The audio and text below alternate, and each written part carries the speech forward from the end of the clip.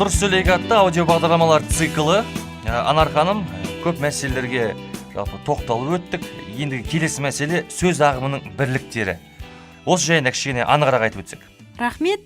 Біз өткен аудио курста қазақ тілінің ауызша сөзі толқын сияқты, кілемге түскен өрнек сияқты өзінің бір ерекше әуезімен, сарынымен айтылады дедік, бірақ сондағы сол толқынды құрайтын сөздердің, жеке сөздердің, ырғақты топтардың, тағы да ырғақты топтан да үлкен сөздердің топтарының өзінің бір ұйымдасу ережелер болады.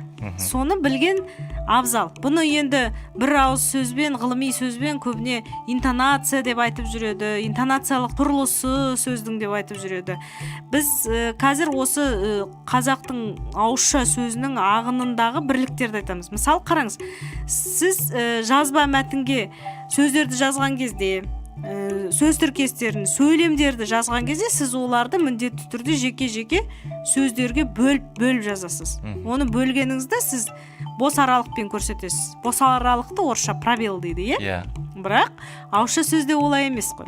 Ауызша сөзде сіз әрбір сөзді жеке-жеке айтып отырсаңыз, сіздің сөзіңіз өте түсініксіз болады. Сондықтан сіз өзіңіздің ойыңызды жеткізетін бүкіл мәтіндегі сөздерді топтастырып айтасыз.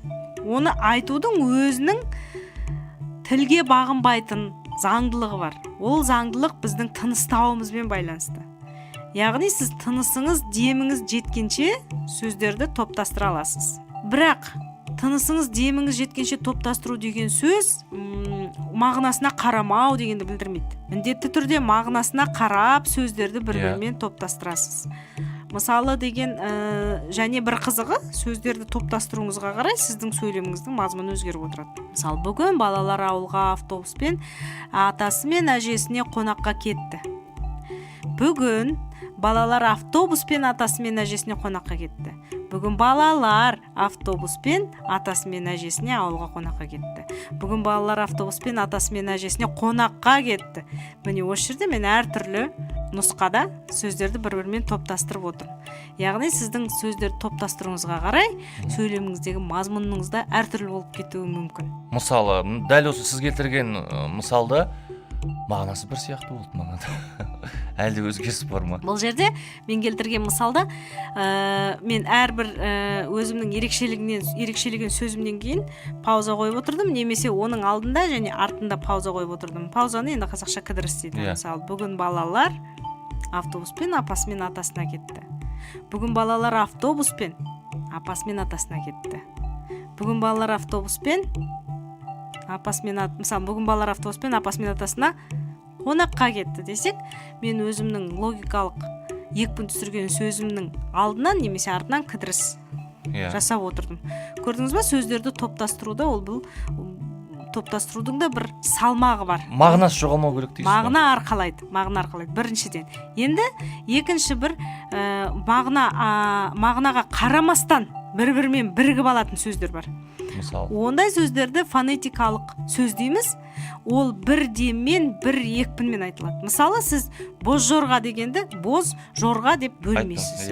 Кер құла дегенде де кер құла деп бөлмейсіз. Қарала дегенде де жазғанда қара ала деп бөлек жазасыз әрине, бірақ қарала деп бір деммен айтасыз. Бұндайларды фонетикалық сөз дейміз. Бұлар фонетикалық сөз болатын себебі жазуда ол лексикалық сөз ретінде екі сөз, бірақ фонетикалық деген дыбыстау дегенге байланысты. Дыбысталғанда бір ақ сөз, бір екпінмен айтылады. Одан кейін ырғақты топтар деген болады. Ырғақты топтарға негізінен көмекші сөз бен негізгі сөздің тіркесі жатады. Мысалы, кеше ғана. Ғана деген көмекші сөз, маған дейін, менен кейін деген сияқты осындай көмекші сөз бен негізгі сөз үнемі ырғақты топ. Сондай-ақ күрделі сөздерде ырғақты топтар қойылады. Мысалы, күрделі етістіктер. Барып келдім. Құлап қала жаздадым.